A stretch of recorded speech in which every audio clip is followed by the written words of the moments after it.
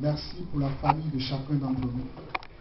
Merci parce que tu es Dieu au-dessus de nos vies, Papa. Rien n'était impossible, Seigneur. Merci parce que c'est toi qui veilles sur nos allées et sur nos retours, Papa. Seigneur, merci parce que c'est toi qui as bâti ton église et que tu dis que les séjours des morts ne prévendront point contre elle. Seigneur, me voici encore aujourd'hui avec mes frères ici présents. Je prie maintenant, Seigneur Dieu, que tout mon être soit soumis à toi et à toi seul. Je prie que mes pensées, mon intelligence, mon âme te soient soumis, Papa, afin que tout ce qui sortira de ma bouche soit de toi et non de mes expériences personnelles. Merci, Seigneur, pour cet instant que tu nous accordes encore, afin de pouvoir recevoir de toi. Je prie pour les cœurs ici qui sont blessés d'être restaurés. Je prie pour les cœurs qui ont besoin d'amour, de sentir de l'amour aujourd'hui. Je prie pour les cœurs qui ont besoin d'être guéris, de recevoir de la guérison.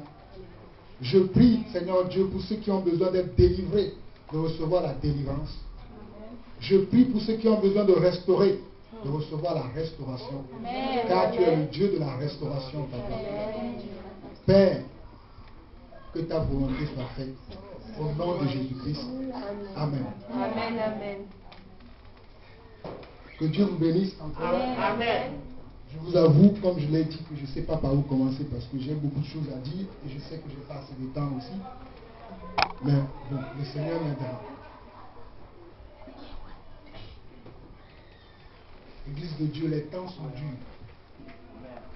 Mais je pense que beaucoup d'entre nous, on n'a pas cette impression de voir que les temps sont durs. Les temps ont été toujours durs.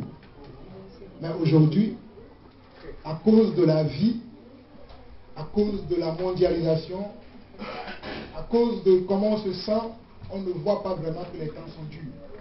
On passe notre temps à faire les mêmes choses, les mêmes choses, les mêmes choses, les mêmes choses, au lieu de s'asseoir au pied de Dieu et réformer nos voies. Le thème de mon message aujourd'hui, c'est comment imiter Dieu pour être des bons disciples.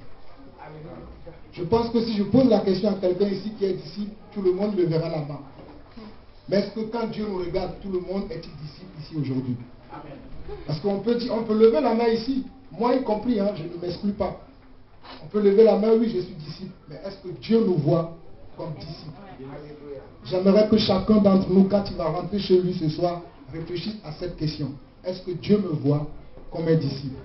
Parce que les hommes peuvent nous voir comme des disciples. Nous pouvons même enseigner des tonnes de messages.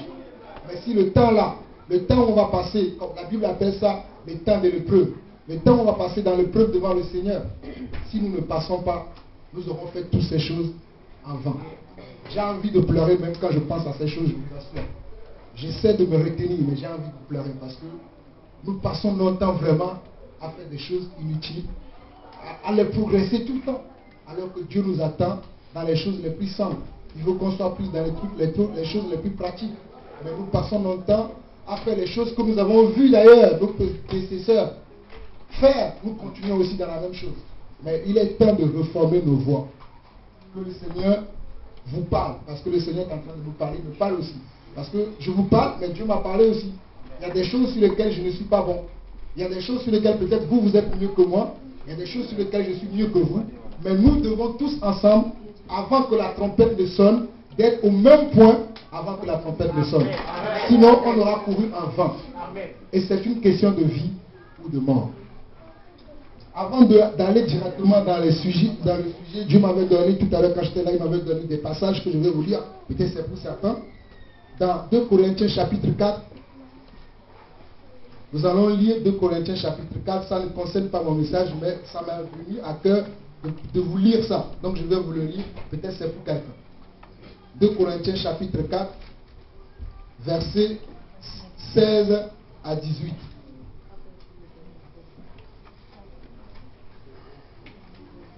Il dit, c'est pourquoi nous ne perdons pas courage. Et même si notre homme extérieur se détruit, notre homme intérieur se renouvelle de jour en jour. C'est pourquoi nous ne perdons pas courage. Et même si notre homme extérieur se détruit, notre homme intérieur se renouvelle de jour en jour.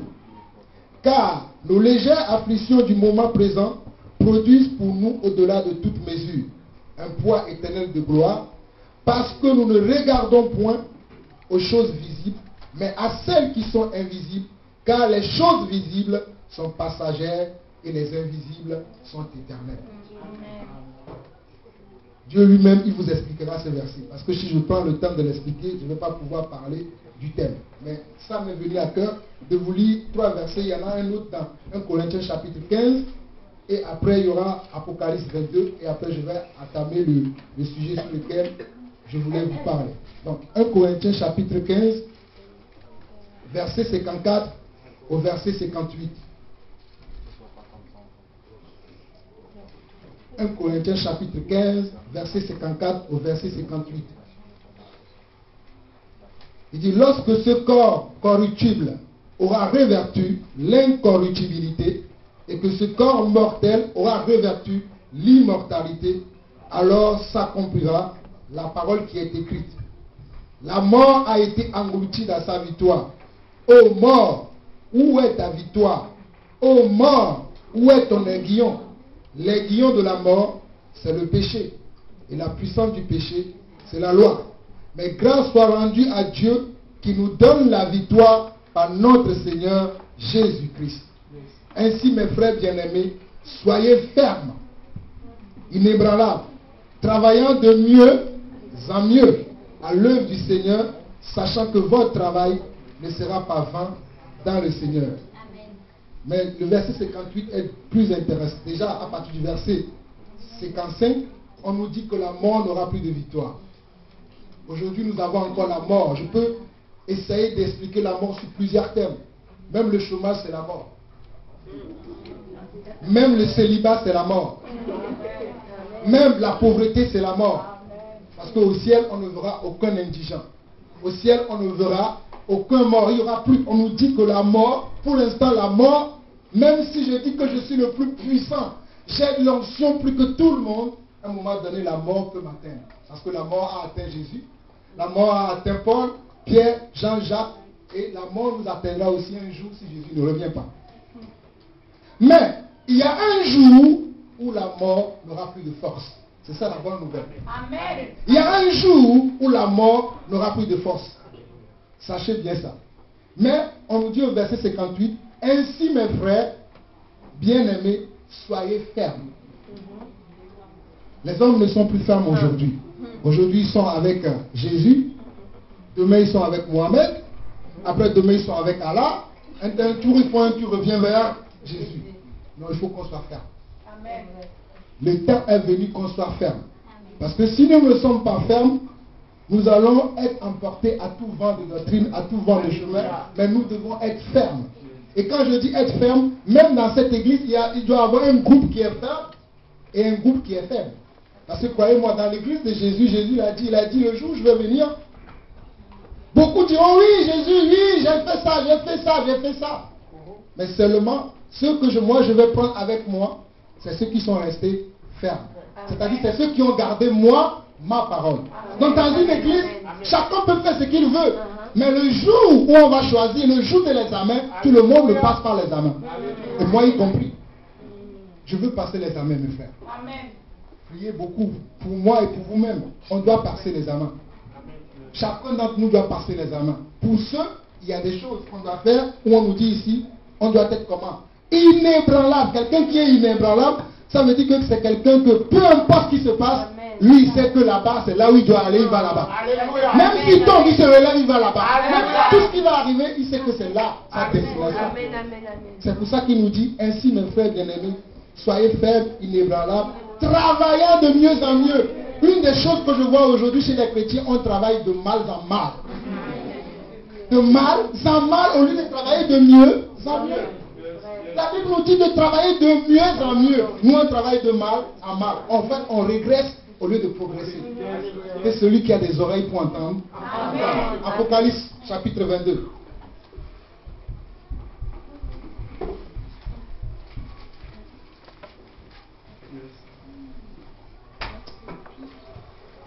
plutôt chapitre 21, à partir du verset 4 jusqu'au verset 8. Ça, c'est les trois messages que Dieu m'avait donnés quand j'étais là, j'étais en train de prier. Et j'avais beaucoup de sentiments. Ce sont les choses qui m'ont sont venues à cœur. Il m'a dit, avant de parler, tu parleras de ça. Donc je parle de ça. Apocalypse chapitre 21, à partir du verset 4, il dit, il essuiera toute larme de leurs yeux et la mort ne sera plus. Mes amis, vous avez peur de la mort? Non. À partir d'aujourd'hui, quand vous allez sortir de là, n'ayez plus peur de la mort. Amen. Des chrétiens sont des peureux aujourd'hui, des disciples sont des peureux. Mais quand je lis ma Bible, Pierre n'était pas un peureux. Jean n'était pas un peureux. Vous pouvez les voir, on les chassait de ville en ville. Mais ils étaient comment? Fermes. Ils étaient comment? Uniques. Ils étaient comment? Particuliers. Aujourd'hui, nous, on n'est pas particuliers. On nous confond avec tout le monde. Ah, ceux-là, c'est des chrétiens. Mais c'est toi qu'on doit voir demain, tu es en train de voler, en train de frauder, en train de convoiter. Plein de choses, c'est nous. Il faut que ça change. Parce que ça, c'est la mort. Parce que le jour où Dieu va détruire la mort, tous les œuvres de la mort aussi seront détruits avec. On ne détruira pas la mort sans ses œuvres.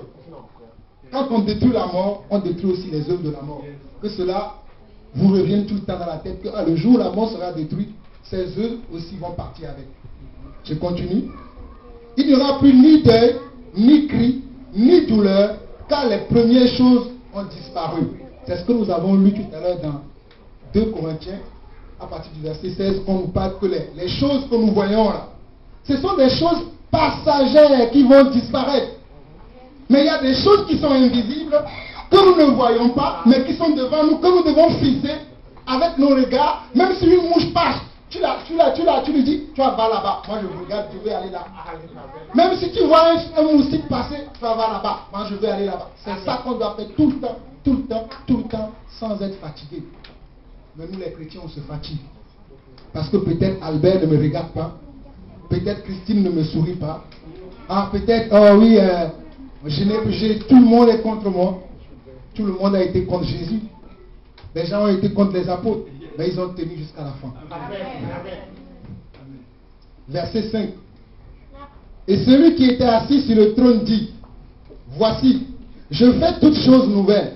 Et il dit, écris car ces paroles sont certaines et véritables. Et il me dit, c'est fait. Je suis l'alpha et l'oméga, le commencement et la fin. À celui qui a soif, je donnerai de la source de l'eau de la vie gratuitement. Ça veut dire qu'on peut avoir soif. Ça veut dire qu'on peut être chrétien et avoir soif.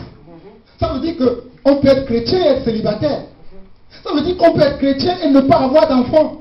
Ça veut dire qu'on peut être chrétien et être malade. Parce que je connais des chrétiens qui me disent aujourd'hui, si tu es malade, c'est parce que tu as un péché dans ta vie. Il faut qu'on réfléchisse encore. Vous avez parlé de quelque chose tout à l'heure dans l'école du dimanche, vous parlez du discernement, de distinguer. Ce n'est pas parce que quelqu'un est malade qu'il a forcément péché. Je suis d'accord que des fois un péché peut amener une maladie. Mais ce n'est pas dans tous les cas. Il y a des fois des exceptions. Mais nous, ce n'est pas parce que je suis malade que j'abandonne.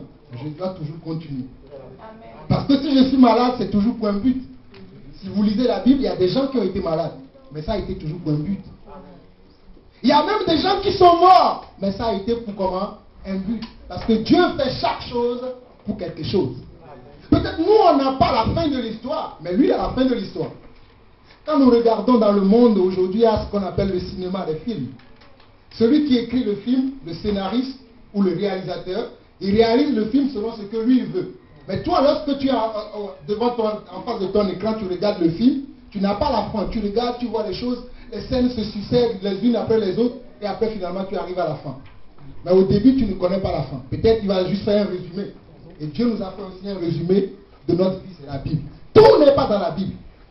Je ne vous dis pas d'écarter la Bible, mais je suis en train de vous dire que tout n'est pas dans la Bible. Des fois, je vois les gens, oui, il est écrit, oui, c'est bien. Mais toi, est-ce que ton esprit est connecté? Parce que tout ce que nous voyons écrit, c'est parce que les gens qui ont écrit ça, leur esprit était connecté. Et à chaque moment, ils recevaient, ils écrivaient. Mais toi, qu'est-ce que tu écris en ce moment? Tu es là juste, bon, c'est bien toutes ces choses-là, mais tu dois écrire aussi ta vie. Basé sur la vérité, bien sûr. Basé sur la foi, bien sûr. Que ça soit conforme à la parole. Mais Dieu parle encore. Dieu agit encore. Mais est-ce que toi, tu l'écoutes? Dieu parle encore. Là même maintenant, il est en train de parler à moi et à vous. Mais est-ce que nous sommes prêts pour l'écouter? Des fois on écoute, ça sort de l'autre oreille. Des fois on écoute, mais Satan vient par l'intermédiaire de quelqu'un, oui, il dit ça c'est pas pour toi, c'est pour lui, c'est pour les autres. Et puis, de fil en aiguille, on perd le fil. Mais je vous assure, je vous en supplie, mes frères. Je ne sais pas si Jésus va revenir, peut-être aujourd'hui, ou peut-être demain ou après-demain, je ne sais pas. Mais soyons sérieux avec Jésus. Soyons sérieux. S'il nous plaît, parce que je suis dedans aussi. Soyons sérieux avec Jésus. Jésus, on ne blague pas avec Jésus. Mais aujourd'hui, on fait des blagues. On fait ce qu'on veut. Parce que nous vivons le temps de la grâce. Mais j'aurais aimé qu'on soit au temps de Moïse. Comme ça, quelqu'un, Dieu le frappe tout de suite. On sera sérieux. Mais comme on vit le temps de la grâce et que c'est à la fin qu'on va voir les choses, on n'est pas conscient vraiment dans quel bateau on s'est embarqué. Alléluia. Je continue. Et il me dit, c'est fait, je suis l'alpha et l'oméga, le commencement et la fin. À celui qui a soif, je donnerai de la source de l'eau et de la vie gratuitement. Celui qui vaincra héritera ces choses, je serai son Dieu, il sera mon fils. Mais, pour les lâches, j'ai cherché un dictionnaire et trouvé la définition du mot lâche.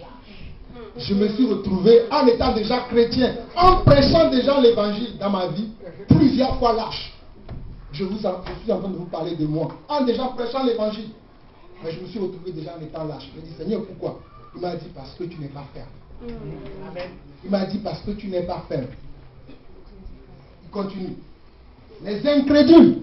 Je me suis retrouvé déjà en étant chrétien incrédule. J'ai posé la question au Seigneur. Il m'a dit, parce que tu as douté, tu as écouté les gens. Tu n'as pas écouté ce que moi je t'ai dit. Les abominables, les meurtriers, les débauchés, les magiciens, les idolâtres et tous les menteurs, leur part sera dans les temps ardents de feu et de souffle, ce qui est la seconde mort. C'est-à-dire que lorsque tu meurs, ce n'est pas fini. Ça veut dire que lorsque tu meurs, ce n'est pas fini, il y aura encore un deuxième jugement. Où là, ce sera ta vraie mort. Parce que lorsque tu meurs, selon la Bible, selon nous qui avons la foi, tu es dans le repos pour le jugement. Parce que dans 1 Thessaloniciens chapitre 4, on nous dit que lorsque la trompette va sonner, les morts en Christ ressusciteront en premier. Et ceux qui seront restés, c'est-à-dire nous qui sommes là, si nous gardons la foi, nous serons enlevés avec eux ensemble pour monter avec le Seigneur. Ça veut dire que les gens qui ne sont même pas dans le cœur du Seigneur, quand ils meurent, ils ne vont pas au même endroit que nous. Vous voyez quel privilège on a? C'est pour ça que j'ai commencé avec les bonnes nouvelles. C'est-à-dire que nos afflictions légères du moment là, ne nous préoccupent pas. Mais c'est ça qui nous préoccupe beaucoup. Comment je vais faire pour pouvoir payer les trucs de mes enfants, le lait, le ceci, le cela. Et je me rappelle que dans la Bible, lorsque Jésus avait commencé à nourrir les gens étaient focalisés sur la nourriture. Ils ont commencé à les chercher. Lisez Jean 6. Quand ils l'ont trouvé, ils ont trouvé Jésus. Lui, il lisait déjà, il distinguait. Un problème des chrétiens aujourd'hui, c'est qu'on ne distingue pas. Quand il les a vus, il a dit, vous me cherchez parce que je vous ai donné du pain et du poisson. Vous ne me cherchez pas pour la bonne cause. Et beaucoup d'entre nous sont ici aujourd'hui, ils ne sont pas là pour la bonne cause. Certains sont là parce qu'ils vont bien écouter de la bonne musique. Ils vont bien bouger leurs fesses. D'autres, ils sont là parce qu'il y a des sœurs qui sont là, ils vont pouvoir faire leur choix. Ou bien les frères qui sont là. Est-ce que c'est ça, ce qui nous amène vers Christ? Si c'est ça qui t'amène vers Christ, tu n'as pas compris. Tu n'es pas le disciple modèle. Parce que le disciple modèle, c'est l'original. Qui cherche. Qui doit être tous les jours ce que lui désire. Mais nous, on veut toujours les photocopies. C'est bizarre quand je vois les chrétiens comme ça. Mais il est temps que ça cesse. Dieu est en train de nous parler. Des fois, on écoute la parole. Oh, je connais déjà. Ce que je dis là, vous le connaissez tous. Hein? Mais des fois, on oublie. Moi-même qui vous parle, j'avais oublié. Et j'oublie des fois. Dieu me rappelle à l'ordre. Soit il prend des situations de la vie pour me rappeler. Hé, tu es en train de dormir, réveille-toi. Soit il me secoue par les problèmes de la vie. Je me dis, pourquoi il y a tout ça? Il me dit, oui, parce que tu t'as réveillé. Et là, même actuellement, je suis secoué dans ma vie personnelle. Mais je sais que celui que je sers, comme il a dit tout à l'heure, le frère Labadi disait qu'il il est là, non jamais tout seul. Mais quelquefois, il est là, mais il est invisible. On ne le sent pas, on ne le voit pas. Et on est seul. Même si on sait qu'on n'est pas tout seul, vous allez me dire, mais frère, pourquoi tu dis ça? Lorsque Jésus était sur la croix, Dieu était-il là ou pas? Mais Jésus était seul. Lorsqu'on a lapidé Jacques, Jésus était-il là ou pas? Si, Jésus était là, mais il a laissé qu'on le lapide. Lorsque Étienne a été lapidé, Jésus était-il là ou pas? Si, il était là. Mais des fois, on peut être seul. Ne vous attendez toujours pas à être entouré des gens. Avoir du réconfort, qu'on vous réconforte. Oui, ça va aller, oui, c'est bon, oui, c'est ci, oui, c'est là, oui, c'est là. Ça, ce sont les hommes de la terre qui font ça. Mais un disciple de Jésus, c'est là où je commence mon message, un disciple de Jésus doit savoir que dans sa vie, il y aura des moments où il sera que dans les troubles, et il y aura des moments où il sera dans la paix. Donc quand tu es dans les troubles, réjouis-toi. Quand tu es dans la paix, réjouis-toi. C'est-à-dire que ta paix ne dépend pas des situations que tu vis. Ta paix ne dépend pas des circonstances dans lesquelles tu passes. Mais ta paix dépend alors qu'il ne l'est pas. Et tu te trompes à toi-même. Et tu trompes aussi les autres. Mais un moment va arriver. Et toi et les autres que tu as trompés, vous irez au même endroit. Parce que attends. Comme on dit, il y a un dicton qui dit tel père, tel fils. On ne peut pas se conformer à nos habitudes d'hier.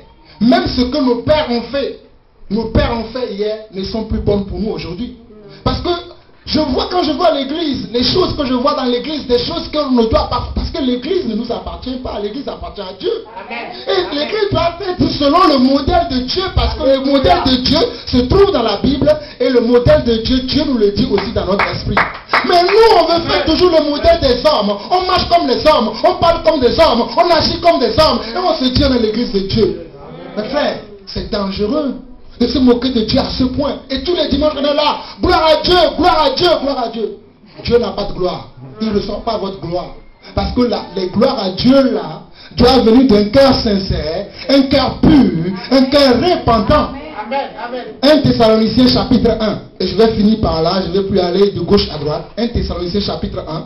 Vous allez voir ce que les Thessaloniciens ont fait pour montrer qu'ils sont des disciples. Après, je vous invite à lire vous-même tout ce livre de Thessaloniciens. Vous allez apprendre beaucoup de choses. Des fois je me lève, des fois c'est des livres que j'ai déjà lus, mais je prends le temps encore de les relire, de les relire, de les relire, de les relire, et cela remotive ma foi. Cela me réconforte, cela me consolide, cela me donne les directions à suivre, cela m'aide à réformer mes voies, mes décisions, mes choix. Parce que tu peux avoir le bon choix hier, mais est-ce qu'aujourd'hui tu as encore le bon choix? Si tu n'as pas été influencé par X, Y. Parce qu'aujourd'hui nous sommes beaucoup influençables à cause de tout ce qu'on voit dans le monde, à cause de tout ce qu'on entend. Mais on doit entendre qu'un seul, le bon berger. Alléluia. Dans 1 Thessaloniciens chapitre 1, l'apôtre Paul, accompagné de ses frères Sylvain et Timothée, dit à l'église de Thessalonique, regardez ici, une des choses que je vois aujourd'hui, c'est que l'église ont des noms. L'église interne, l'église interne. Ici on dit l'église de Thessalonique. Amen. Nous aujourd'hui on va voir l'église de, je ne sais pas même pas comment vous appelez ici même déjà, Union des frères. L'église doit s'appeler tout simplement avec le nom de la ville. Le nom de la ville, ça je ne vais pas rentrer dans ça, mais après que vous écoutez, l'église avait des noms. Non, l'église c'est l'église de Jésus. Mais dans cette église-là, il y a des gens qui habitent ici à Pantin, il y a des gens qui habitent à Évry, il y a des gens qui habitent à Ivry, à Paris, 9e, 20e, il y a des gens qui habitent à Londres, à New York. Mais toutes ces personnes-là, lorsque la trompette va sonner, Dieu va prendre ceux qui sont à Pantin, ceux qui sont à Évry, ceux qui sont à New York, ceux qui sont à tel endroit, et ensemble on forme l'église.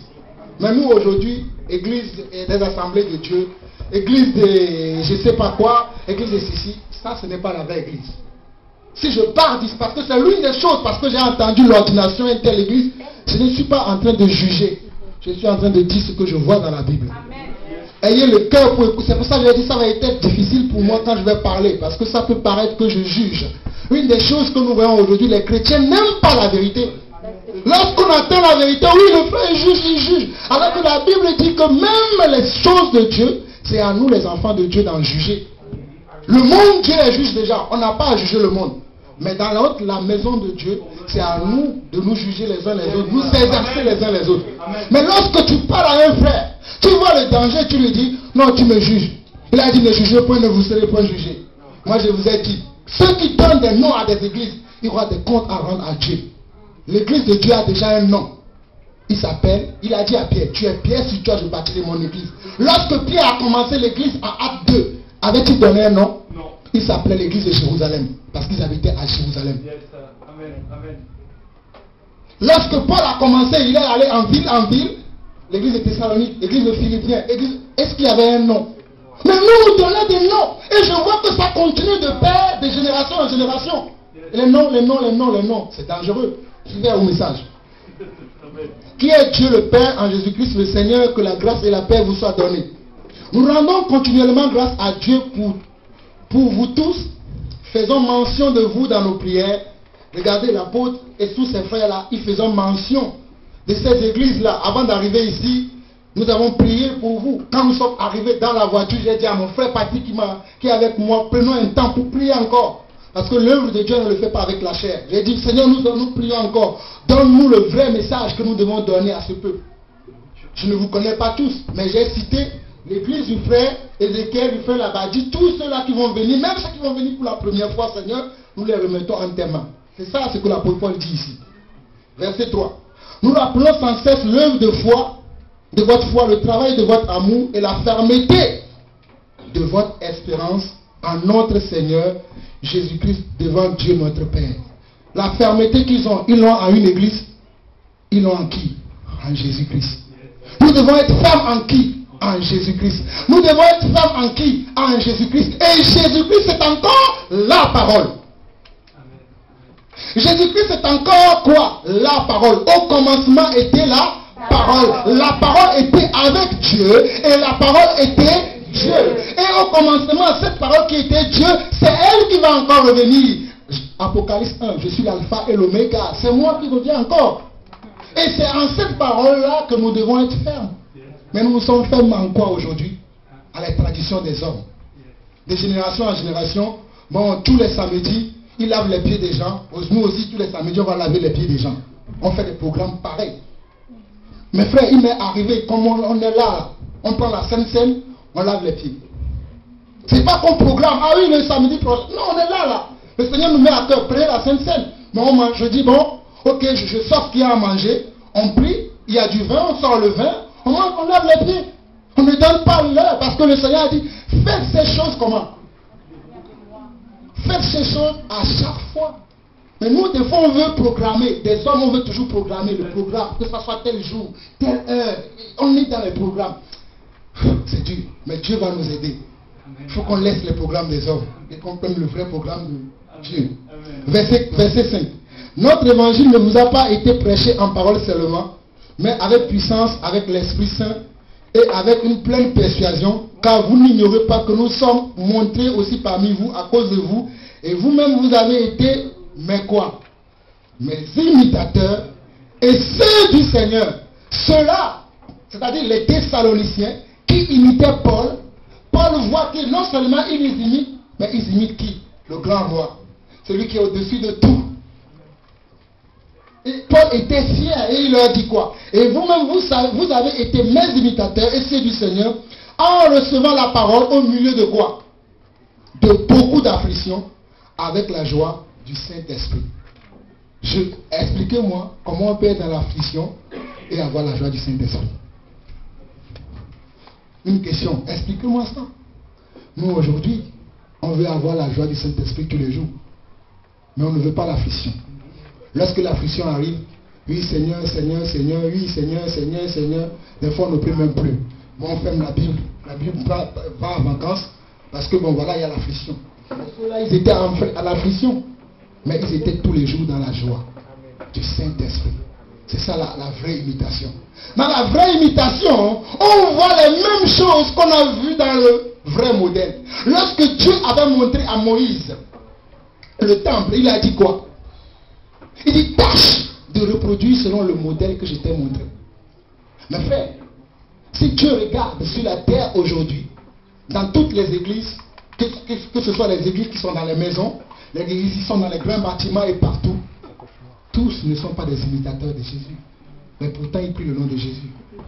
Pourtant, il y a des grandes personnes qui sont dans ces églises-là, que les hommes considèrent comme les grands hommes de Dieu. C'est pour ça que Dieu dit malheur à l'homme qui se confie à l'homme. Parce que si tu te confies à l'homme, tu crois que tu es dans la plus grande, comme je croyais avant, que j'étais dans la plus grande église de France. Oui, on a reçu les meilleurs enseignements possibles. Mais le jour où Dieu m'a révélé que non, tu t'es trompé, je me suis sorti de là vite fait pour pouvoir rentrer vraiment dans la volonté de Dieu. Parce que la volonté de Dieu n'est pas ce qu'on voit. Au jour d'aujourd'hui, ce qu'on voit partout, de gauche à droite, on appelle ça, oui, c'est la volonté de Dieu. Parce qu'eux aussi, ils prennent la Bible, eux aussi, ils prennent les mêmes passages que nous prenons, ils l'interprètent selon leur manière, et on dit ça, c'est la parole. Et c'est ça qui fait que lorsque celui qui a le vrai, il parle, on dit non, regardez qui le suit, lui. Mais regardez qui suivait Jésus. Lorsque dans Jean 6, Jésus a distingué que ces personnes qui étaient là, n'étaient pas là pour la bonne cause, étaient là simplement parce qu'ils voulaient manger et boire. Et qu'il a commencé à dire, si vous voulez vraiment me suivre, vous devez porter votre croix, vous devez me manger. Ah, ils ont dit, non, attendez, Jésus est devenu cannibale, il nous dit, vous devez manger mon corps et boire mon sang. Mais il est fou ce monsieur. Ils ont dit, cette parole est dure. Qui peut l'entendre? Ils ont commencé un à un à partir. Laissez tomber Jésus. Un à un à partir. Il n'y avait que les 12 qui sont restés. Est-ce que Jésus a applaudi? Oh, vous avez compris, vous êtes restés. Jésus était même étonné qu'ils n'étaient pas payés. Il a dit, bon, oh, tous ces gens-là sont partis, et vous là, pourquoi vous êtes encore restés? Eux, ils ont dit, nous savons que toi, tu es Jésus, le Fils du Dieu vivant. Nous avons décidé de rester avec toi. C'est là où Jésus a dit, ah ok, bon ok, allons-y alors. C'est la même chose que nous devons faire. Parce que les situations qui sont dans nos vies sont là pour voir si nous sommes des vrais disciples ou ceux-là qui sont là juste pour les bénédictions, juste pour avoir un travail, juste pour avoir une maison, juste pour avoir une famille, juste pour avoir un mari. Est-ce que nous sommes là pour ça? Le royaume de Dieu, ce n'est pas le mariage. Le royaume de Dieu, ce n'est pas le manger et le boire. Le royaume de Dieu, c'est marcher dans l'obéissance. C'est marcher comme lui-même, il a marché. C'est subir des moqueries, de la tribulation. C'est subir ça, le royaume de Dieu. J'ai de mauvaises nouvelles pour vous aujourd'hui. Vous ne serez jamais tranquille. Si vous croyez que vous serez tranquille, même le message que vous écoutez là, ça va vous suivre toute la semaine, tout le mois, toute l'année. Ce que vous écoutez aujourd'hui là. Même 10 ans après, ça va revenir. Que vous avez entendu que le royaume de Dieu, ce n'est pas le manger, ce n'est pas la bénédiction. C'est de s'abandonner soi-même. Es-tu prêt pour t'abandonner? Si tu n'es pas prêt pour t'abandonner, tu n'es pas prêt pour aller au ciel. Travaille encore sur ton caractère. Je connais quelqu'un qui pensait qu'il était prêt. Jésus lui a dit, non, toi tu n'es pas prêt. Non, Jésus, je suis prêt. Jésus dit, moi je te connais, j'ai distingué que tu parles. Bien. Mais tu n'es pas encore prêt. Oh non, Jésus, oh, tu parles, moi je suis prêt. Même lorsque tu iras à la croix, j'irai avec toi. Je parle de Pierre. Mais lorsque l'occasion s'est présentée pour tester ta foi, il n'était pas prêt. Il a dit, je ne connais pas ce monsieur. Une deuxième fois, je ne l'ai même jamais vu. Mais pourtant, Pierre était là, assis avec Jésus, mangeant, buvant avec Jésus tous les jours. Mais il a dit, je ne le connais pas. Et c'est la même chose que nous faisons, mes frères. On a ces versets dans la bouche pour parler, mais nous reproduisons la même chose devant Jésus tous les jours. Lorsque nous sommes devant des situations où nous nous comportons comme les gens du monde, nous sommes en train de faire la même chose comme Pierre. Ce que j'aime chez Pierre, parce que Pierre a eu cette expérience après toute sa vie, Pierre n'a plus vécu la même chose. Pierre n'est plus tombé encore dans le même péché. Mais nous, aujourd'hui, on tombe dans le péché. On est combien aujourd'hui? On est le 24 juin ou bien le 10 juin, on va tomber encore dans le même péché. Pierre est tombé une seule fois. Il s'est relevé. Paf, il a compris. Mais nous, on tombe tous les jours. Mais quel genre de chrétiens sommes-nous? Quel genre de disciples sommes-nous? Ne pouvons-nous pas faire un peu de violence sur notre chair? Ne pouvons-nous pas maîtriser un peu notre chair? Ne pouvons-nous pas dire un peu non? Que de dire oui tout le temps. Il est temps de dire non. Je vais avancer. Je vais finir. Non seulement, en effet, j'étais au verset 6, et vous-même, vous savez, vous avez été mes imitateurs et ceux du Seigneur en recevant la parole au milieu de beaucoup d'afflictions avec la joie du Saint-Esprit, en sorte que vous êtes devenus un modèle pour tous les croyants. Regardez, ils sont devenus des modèles. tous les croyants de la Macédoine et de la Caïe. Pour qui tu es un modèle aujourd'hui? Bon, vous me direz, oui, je suis un modèle. Est-ce que tu es un modèle dans la bonne chose? Parce que Satan aussi est un modèle aujourd'hui. Il y a un modèle pour ceux qui veulent aller avec lui. Tu me diras, oui frère, moi aussi je suis un modèle. Mais es-tu le bon modèle? Parce qu'une chose est d'être un modèle, mais une autre chose est d'être le bon modèle. Je continue. Non seulement en effet la parole du Seigneur a retenti chez vous dans la Macédoine et dans la Caïe, mais encore votre foi en Dieu s'est fait connaître en tout lieu de telle manière que nous n'avons pas besoin d'en parler.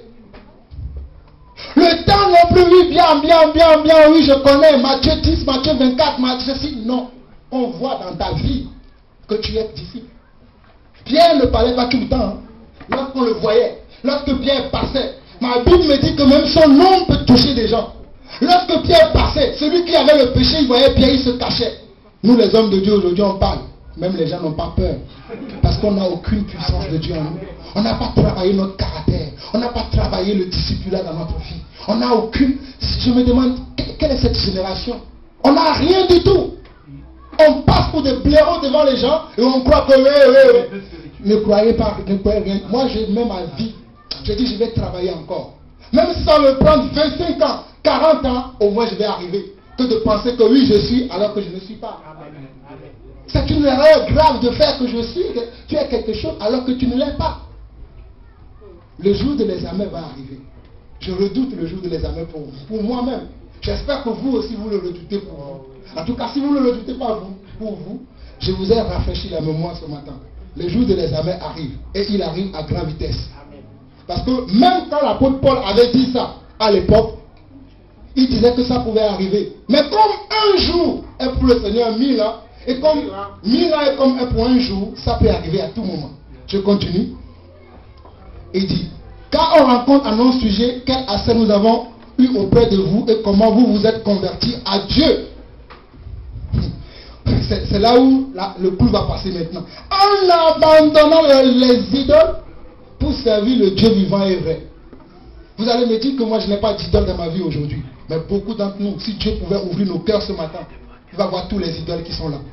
Les idoles de jalousie, les idoles de la convoitise, les idoles du mensonge, les idoles de je ne suis pas bien comme ça. Surtout pour les dames. Oh, je suis là où je suis là, je suis trop grosse. Excuse-moi pour le mot, hein, moi je ne fais pas, je suis trop grosse. Aucun homme ne me regarde. C'est une idole. Si tu es une idole pour toi, qui es-tu? C'est de la chair, ce n'est que de la poussière. Qui ira après en poussière? Ce qui est le plus important, c'est ton esprit. Amen, amen, amen. C'est pour ça que les hommes qui ne regardent que ou bien les femmes qui ne regardent, ou bien les humains qui ne regardent que l'apparence, ils ont un mauvais jugement. Parce que l'apparence est beaucoup trompeur. Demandons que Dieu nous révèle l'esprit des gens. C'est une chose sur laquelle je travaille en ce moment. Seigneur, révèle-moi l'esprit des gens. Je ne veux plus perdre le temps. Parce qu'on a trop perdu du temps. Je veux que lorsque je vienne à un endroit, que le Seigneur me dit telle personne, tu dois leur dire ça. Je vais directement à ça. Au lieu d'être là, oui, le Seigneur, vous savez, tu auras un travail. Oui, tu auras un mari. Oui. Et puis, c'est tout ça qu'on dit. Vous ne voyez pas. Les mêmes messages, c'est ce qu'on écoute maintenant. Du 1er janvier au 31 décembre. Tu auras un mari. Tu auras un travail. On ne nous parle pas de vraiment l'attitude qu'un disciple doit avoir. On ne nous parle que de la terre. Tu auras un travail. Tu auras ceci. Tu auras cela. Tu vas y arriver. Tu auras ton visa. Tu auras... Et puis, ce n'est pas ça le royaume de Dieu. Ce n'est pas le visa. Ce n'est pas le travail. Ce n'est pas